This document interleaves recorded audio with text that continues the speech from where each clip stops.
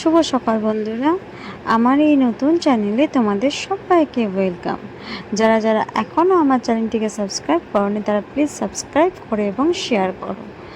এই হচ্ছে আমাদের দোকান, আর এখানে মা চলে আসছে সকাল সকাল পুজো দিতে।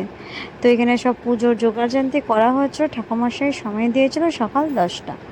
তো আমরা সকাল 7:30-8টার মধ্যে এসে দোকানে সব পরিষ্কার করে আমরা জোগাড় করে রাখছিলাম।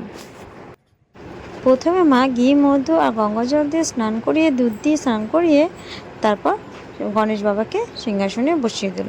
তোমরা হয়তো সবাই জানো আমাদের গালামাল দোকান, গ্লোসারি শপ।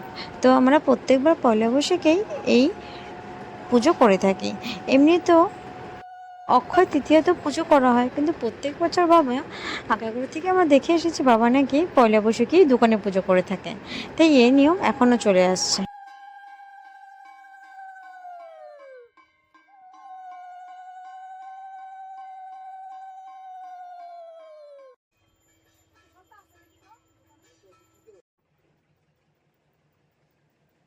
হয়েছে।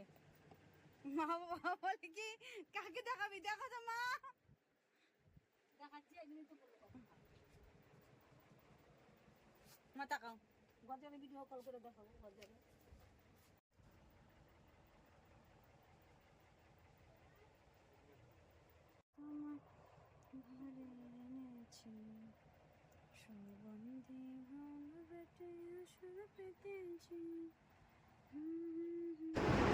এই পুজোটা আমাদের কাছে একটা ইমোশন হয়ে রয়েছে, কেন জানি না। মানে ছোটোবেলা থেকে তো দেখে আসছি, এক পুজোতে বাড়ির পুজো যখন নিজে থাকবো না ভেবেও যেন মনে একটা কষ্ট জমে আসে। যেমন এখন দিদি থাকে না এই পুজোতে, প্রত্যেকবার ছোটোবেলা থেকে নতুন জামা পরে গায়ে হলুদ লাগিয়ে পুজোর কাজ করার একটা মজাই আলাদা। দুই বোন চলে আসতাম, আর এখন এখন চলে আসি, মা পরে আসে, বোরা নিয়ে আসে, তবুও যেন দিদিকে একটা জায়গা মিস করেই থাকি আমরা। এই আমাদের ফুচকাটাও বড় হয়ে গেছে। কীভাবে যে দিনগুলো চলে যায় ভাবাই যায় না। দিদির বিয়ে হয়ে গেছে 5 বছর, দাদারও বিয়ে হয়ে গেছে 6 বছর, ফুচকাগুলোও বড় হয়ে গেছে। সব কিছু যেন পাল্টে যায় দিনের পর দিন।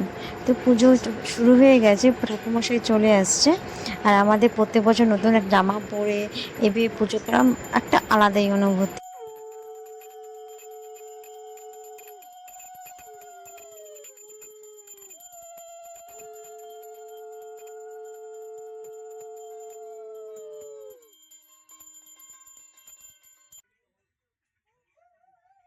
নতুন হালখাতা করা, পুজোর একটা আলাদাই যেন অনুভূতি থাকে মনের মধ্যে, সারাদিন দোকানে পড়ে থাকা। এই হচ্ছে আমার একটা ছোট্ট ব্লগ। সবাইকে শুভ নববর্ষের প্রণাম, ছোটোদেরকে অনেক ভালোবাসা। আবার দেখা হবে নেক্সট ব্লগে। ভালো থেকো বন্ধুরা, বাই বাই।